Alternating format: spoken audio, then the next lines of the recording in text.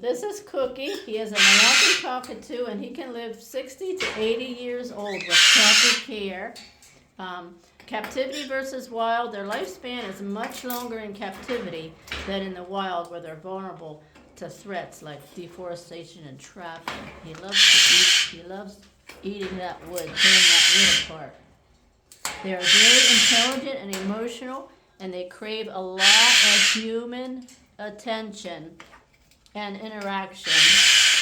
They have physical and emotional expectations and can become very needy, and they're very expensive. They can be $1,000 to $4,000, and their price range is much higher.